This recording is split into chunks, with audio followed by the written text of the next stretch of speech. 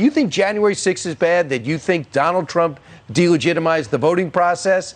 Then you got to feel the same way when I talked about Hillary Clinton coming out not accepting and Stacey Abrams not accepting institutions like the result of an election. No, you don't. No, you don't got to feel the same way about Hillary Clinton and Stacey Abrams that you do about Donald Trump when it comes to election results. You know why you don't got to? Because they are vastly different things. Last night, I congratulated Donald Trump and offered to work with him on behalf of our country. I acknowledge that former Secretary of State Brian Kemp will be certified as the victor in the 2018 gubernatorial election. Yes, it is true that Stacey Abrams took 10 days to concede, and she never formally used the word, I concede the election, but she did 10 days later, after making sure they counted all the ballots, say, I acknowledge that Governor Kemp will be the victor of this election, that he is the victor of this election.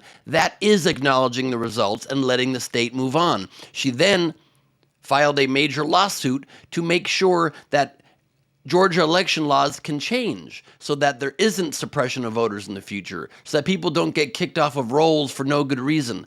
But about a year ago, the judge threw out most of that case and said there's no evidence that certain classes of voters were kicked off more than others, and at which point she should then concede. She should say the words, I concede the election and I will still fight to change the laws.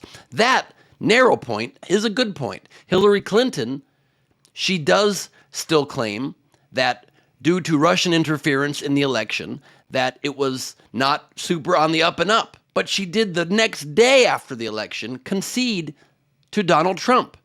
That is the difference. Oh, also the difference is that what Hillary Clinton says is true. It is true that Russia interfered. What Donald Trump says is not true. Not to mention the insanity that Donald Trump didn't even attend the inauguration, not for the first time in our nation's history honoring the peaceful transfer of power, when Hillary Clinton went to a congratulatory breakfast for Trump shortly after the election, not to mention going to the inauguration as well, like an upstanding noble person would do and does do. But to say they are the same is insane. That doesn't make any sense because they are vastly different. It is okay to speak post-mortem after an election, looking back at how it went down and say, that was shady. That was shady AF. That was shady AF mofo. You can use whatever kind of abbreviations for swear words you'd like. That way you don't get But that's not the same as saying it was rigged and was stolen from me and I am supposed to be the legitimate president or the legitimate governor and others are not. That is insane because it is counter to the facts, and they even had the facts on their side that those things did happen at least, and still had the decency to concede it. Trump had none of the facts. All of his lawsuits were thrown out of court. Almost 60 lawsuits, 59 of them, I believe, thrown out of court. None of them found to be accurate. No widespread fraud. Zero instances of actual proven irregularities that would have made any difference whatsoever in the election, and is still claiming it today.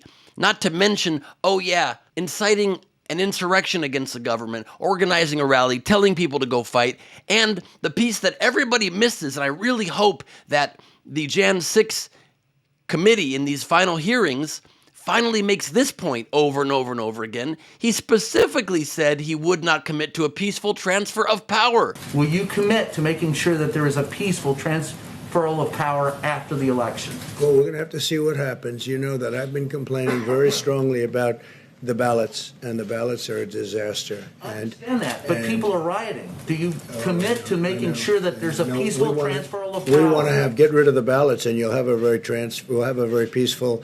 There won't be a transfer, frankly. There'll be a continuation. During a press conference before the election, he said, when asked directly, no, I will not concede. I will not agree to a peace. We'll have to see what happens. He specifically said, if I don't win, we are going to fight. And it won't even be peaceful. It might be violent. Wink, wink, heads up. That's all the evidence you need, then followed by the actual thing that happened that he incited. So I guess you need both those pieces of evidence. And I've got to stop shouting in these videos. Otherwise, I might have a heart attack. Or maybe I can chew aspirin during the videos. I can kind of do the videos while chewing aspirin and be like, well, listen to this point I'd like to make is that this comparison is completely ridiculous. I could do that. I could try to do that. I mean, my heart rate is through the roof right now.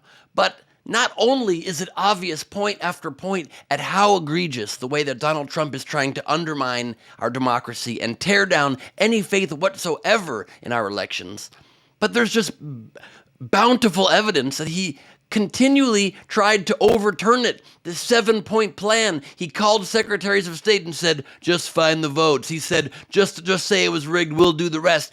Over and over again, and he's still doing it. His team is now evidence at the end of the last hearing that they are tampering with current witnesses right now in the Jan 6 hearing, coming up to them completely mob style and saying, look, Mr. Trump is looking at the transcripts, and if you want to stay part of Team Trump in our good graces, we know you'll do the right thing. That's the quote. That's the kind of thing they are saying to witnesses trying to uncover the corruption that happened back in the 2020 election, and he's still being corrupt now, and his people, his cronies and henchmen are still being corrupt right now. Do you see the difference, Brian Kilmeade? And you were almost finally turning a page and trying to have some decency and some honesty when it comes to admitting there was no fraud in the election.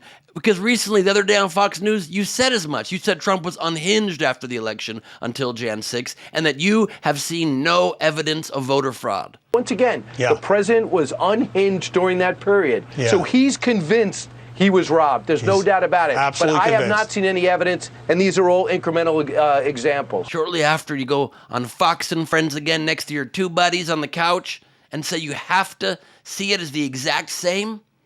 People with legitimate gripes, just griping, but acknowledging the winner, and a sore loser with no gripes whatsoever, trying to overthrow our democracy and hang your own vice president? That's the same, bro? Nah, it's not. I'm Ben Gleib for Rebel HQ, and I do these videos 3 times a week. Please like and share and comment, and you can see a stand-up comedy video from me 5 days a week on my social media. @Ben Gleib is where you can follow.